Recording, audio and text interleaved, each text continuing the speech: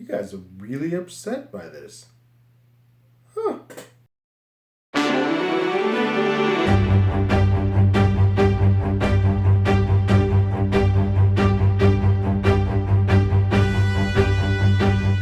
Hello, everyone. Terrence here with Hollywood Already Did It. If you haven't already, go ahead, like, share, subscribe to the channel, ring that bell below. Anytime you have something, you will be the first to know. Tell you a little bit about myself. I am an 80s kid. I was born in 81, and so I grew up on He-Man and the Masters of the Universe and She-Ra.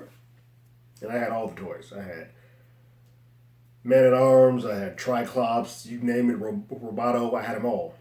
And so you would play with these toys and you'd make up these huge worlds. And a lot of the stuff that you came up with while you're playing with your figures and your toys was a lot better than what was actually on the animated show. Because as much as you have rose colored glasses, as much as I have rose colored glasses for those episodes, they age like spoiled milk. They are not good. The animation's crappy. And the stories that occur in them are not typically good. A lot like G.I. Joe and a lot like Transformers, those cartoons were made and created to sell toys. That was their whole goal. That was what they did, and they did well. And so you remember them. Then obviously the whole Dolph Lundgren He-Man movie that outside of Frank Langella chewing up scenery as Skeletor really didn't have much connection to much anything else that was happening on the actual cartoon. There wasn't really a story beat or story thing that was actually happening that was that important overall for He-Man.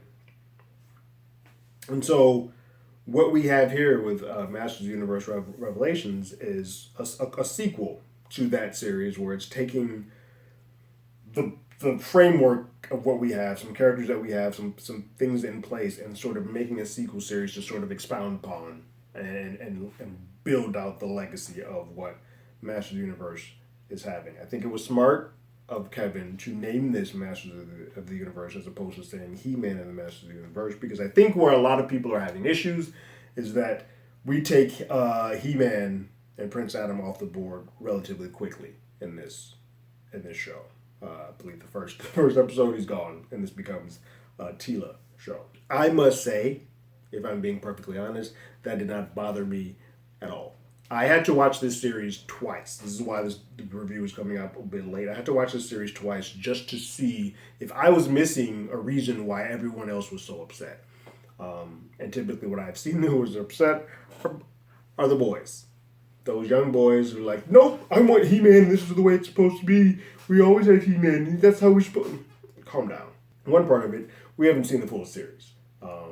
And while I do think Kevin Smith is having a ball stabbing Prince Adam as many times as he possibly can in this series, I don't think that's the end-all, be-all of what we're going to get with He-Man. But I also think that this series is called Masters of the Universe. And just like the Masters of the Universe back in the day with He-Man, She-Ra was also a Master of the Universe. And so when She-Ra existed, the female power, she was a Master of the Universe. That term or that phraseology is universal. Does not outright belong to only He-Man. And I think that is a cool way to sort of play with that world and that phrasing. Because sort of like with Superman or sort of like with Captain America, when you have a character that is all powerful and doesn't really have any failings, it makes for a very boring show. And so taking the strongest person off the board and kind of delving into what I've always felt were the more interesting characters. Tilo, not so much on the show, but Man of Arms was huge for me. And Roboto and all of those. I think those are more of the meat could be on the show because they have more layers to them. Although we get a pretty good layer with Adam, which I'll talk about in a second. Mark Hamill as Skeletor is fantastic. I can listen to him do voice work for days. There's even a moment where we have Mark Hamill and Kevin Conroy, who, for those who don't know, voiced Batman, do a sequence here, but obviously not as Batman and Joker, but as Merman and Skeletor, and it's pretty fun. If you're inside baseball, it's a pretty fun thing to sort of realize. But I think this series has a lot of fun things that take sort of the roundaway part and just deals with characters way more than I think the original series ever did before. Evil Lynn is very, very detailed and in depth.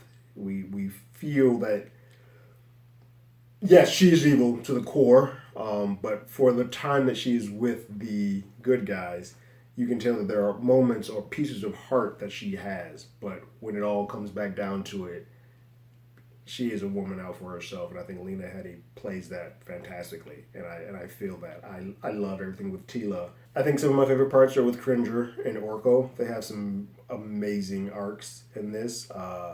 And I think what's funny is that for all the people who are harking and pissing and saying, oh, they don't do He Man or Adam any justice, I think one of the best parts of this entire first part of Revelations is Adam.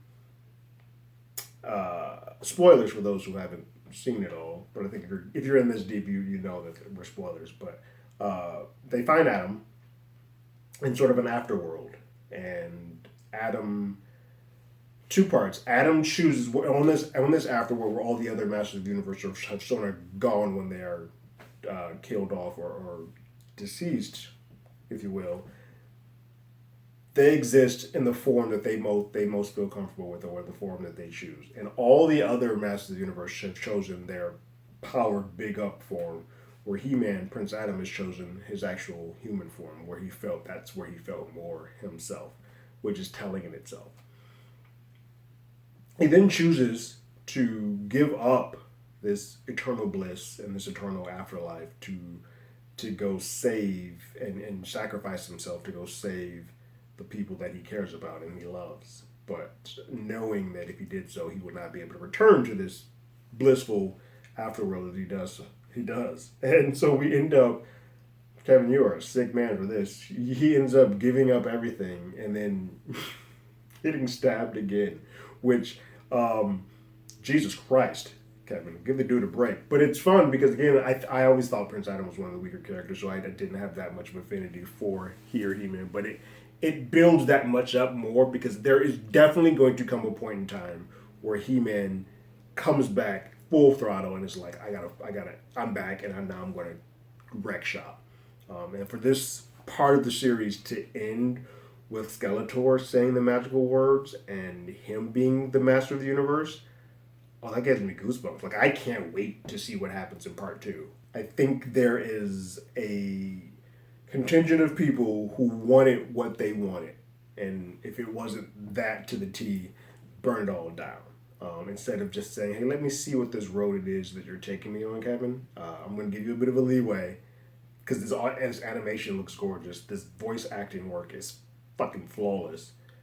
And I'll give you the benefit of the doubt until we get out of this. Now, we don't have a release date for part two. I think they're wrapping up all the bells and whistles they're putting on it, but Kevin Smith has gone on to say that there's going to be a big, pretty battle between He-Man and Skeletor in that, which I think is what everybody's sweating on. Look, I don't get into the bait and switch. Like, it didn't bother me. I get some people are probably concerned or upset that, like, hey, this was using He-Man because He-Man the Master Universe, but this is more about Tila. If you tell me a good story, I don't give a damn who you tell me it's about or who's the lead. If the story is good, if the road that I'm going on is engaging and it gives me a point A to point B to point C and leaves me on a cliffhanger so that I'm ready for part two, then I think you've done your job well. I don't have because like I said, that first series, you go back and watch that first series, it is not good. And there are a lot of corny and just cheesy moments that this show does sort of take the piss out of a little bit and makes winks and nods where it's supposed to. But seeing all the characters that I just grew up with, seeing Roboto on screen, seeing Triclops, and sort of what would Triclops be like if he was like Skeletor's henchman. If Skeletor's not there to give bark orders at him, what the fuck does Triclops do? It's good to see this is what we get with this, and I'm invested and I'm excited to see what we do next. So for me, I don't get the review bombing. I don't get all the anger and vitriol that's going towards Kevin Smith. So sign me up for part two. Put it in my veins and let's do it. Like the Transformers series that is in part three, which I'll talk about probably tomorrow. I'm excited to see all my 80s cartoons come back. G.I. Joe, you're on deck. Let's get it. Let's stop it with these movies. Even though Snake Eyes was okay, but let's stop it with these live action movies and let's get an animated cartoon back on and get the word back out that GI Joe was about that life. So But I'm all in. Look forward to part 2 whenever it comes out. But I think this is a series that you should check out. Ignore all the just angry, straight white dudes who don't get to play with the toys that they want to in the way that they want to. Ignore them. Watch it for yourself, see, and let you come up with your own opinion about how you feel about the show. Those are my thoughts. What did you guys think about Masters of the Universe Revelations? Go ahead and leave your thoughts and comments in the comments below. If you haven't already, you can follow us on Twitter at HollywoodADI. You can hit us up on email at HollywoodAlreadyDidIt@gmail.com. We also have a podcast with the same name. That's on Google Podcasts, Spotify, Apple Podcasts, anywhere that plays podcasts. We're there.